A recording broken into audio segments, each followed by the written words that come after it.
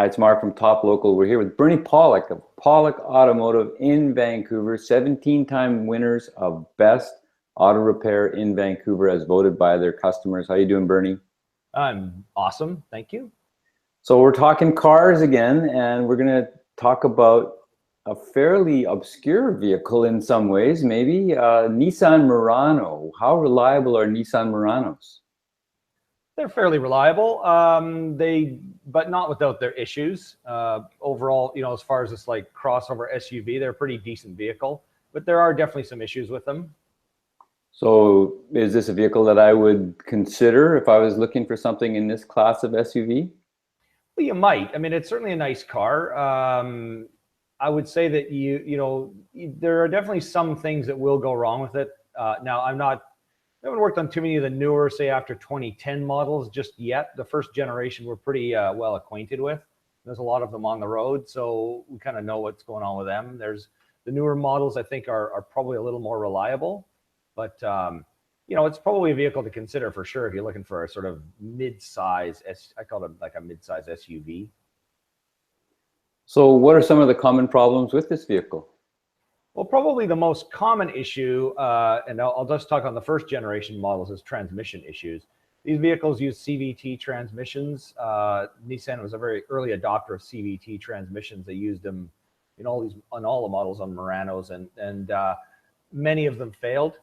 Fortunately for the owners, Nissan extended the warranty to 10 years, so a lot of people got their transmissions taken care of under that warranty. But if it's over that, of course, then it's a very expensive repair.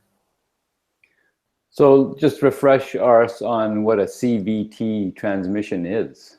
So CVT transmission is a continuously variable transmission, and what it instead of having a set of say four or five gear sets where it actually clicks from one gear to the other, the CVT transmission can vary the gear ratio of the transmission to any infinite amount I guess whatever's available inside the transmission. But so instead of using like in a lot of cars, the engine will accelerate to a certain level, then the transmission will shift gears, and it'll accelerate again to a certain level. The powertrain management computer can actually use the transmission to vary the speed of the vehicle with the transmission or the speed of the engine. So you don't have to change the engine speed, you can change the transmission. It's actually really useful in terms of getting power in the right band of the engine, or fuel economy, or exhaust emissions. It's a pretty good tool, from that point of view. But there are a lot of problems with them. There have been a lot of problems with them.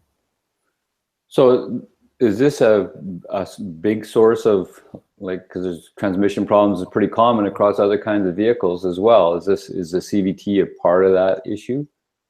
It can be for some, but it seems like transmission problems are one of those large issues when you look at reliability of cars. And there are certain lines of cars that have transmission problems. I'm sort of thinking like Dodge Caravans have been notorious for having transmission issues, and they really stick out because that's a big ticket item. I mean, next to an engine, the transmission is probably the single next most expensive item on a car. So that's a big thing. If you have a vehicle with an unreliable transmission, that can stand out in a reliability report on a vehicle. But I mean, it's sort of, I'd say maybe 20-30% of cars on the road have transmission issues. But I own several different. I've got a Mercedes, I've got a Suburban, I've got a Subaru. Knock on wood, some of these vehicles have really high mileage and the transmissions are perfect. And I knock on wood because you never know when they're going to wear out. But they're all really high mileage and they've done well and had no transmission issues. But there are other cars like Muranos you could almost count on having a transmission problem if it hasn't been fixed under warranty. So what else happens to Muranos? Well, I mean, overall, they're pretty reliable. I mean, they do develop a few oil and fluid leaks here and there. One other very common problem with these vehicles, and we've actually seen on similar Infiniti models, is that the driver's seat breaks. A car seat, the base of it is a metal frame. And the metal frames are a little weak on these vehicles, and they have a certain point where they snap. So we've actually very successfully been able to repair a few of them, where we take the seat apart and we re-weld the seat back together and put some reinforcement brackets in it. And I'm happy to say I've got a couple of clients. These are pretty large guys. Years later, the seats are still holding together just fine. So It is something that is common on Muranos. If you're a really light, small person, you may never break the driver's seat. But if you're a sort of medium to large sized man, you'll probably take it down. Other than that, I mean, it is an all-wheel drive vehicle, so there are, you know, a few issues that occur with the all-wheel drive system from time to time. There's a coupling unit in the rear. We've replaced those. Other than that, brakes sort of last they're average, you know, 50, 70,000 kilometers on brakes. Tires, you know, have a pretty decent lifespan too. So do you have some images? Well, we maybe... Yeah, let's have a look at a couple different generations of Murano. This is a first generation Murano. It's a 2006 to 07, I believe, is this the age of this model. And then we have, sorry, we're looking at the wrong thing here.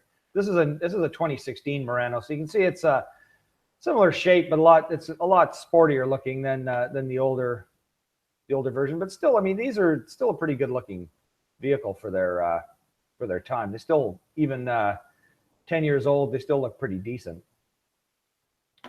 So what sort of maintenance is required on these vehicles?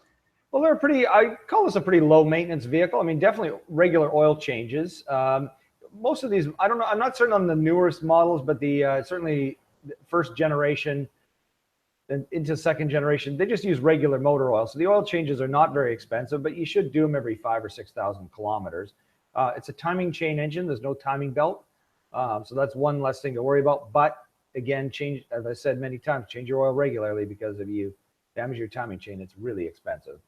But they are extremely reliable engines. Spark plugs are in the mid 100,000 range for replacement. Other than that, it's really just change the oil one service, do a full inspection next service, and just see how things go. But it's a pretty minimal maintenance vehicle.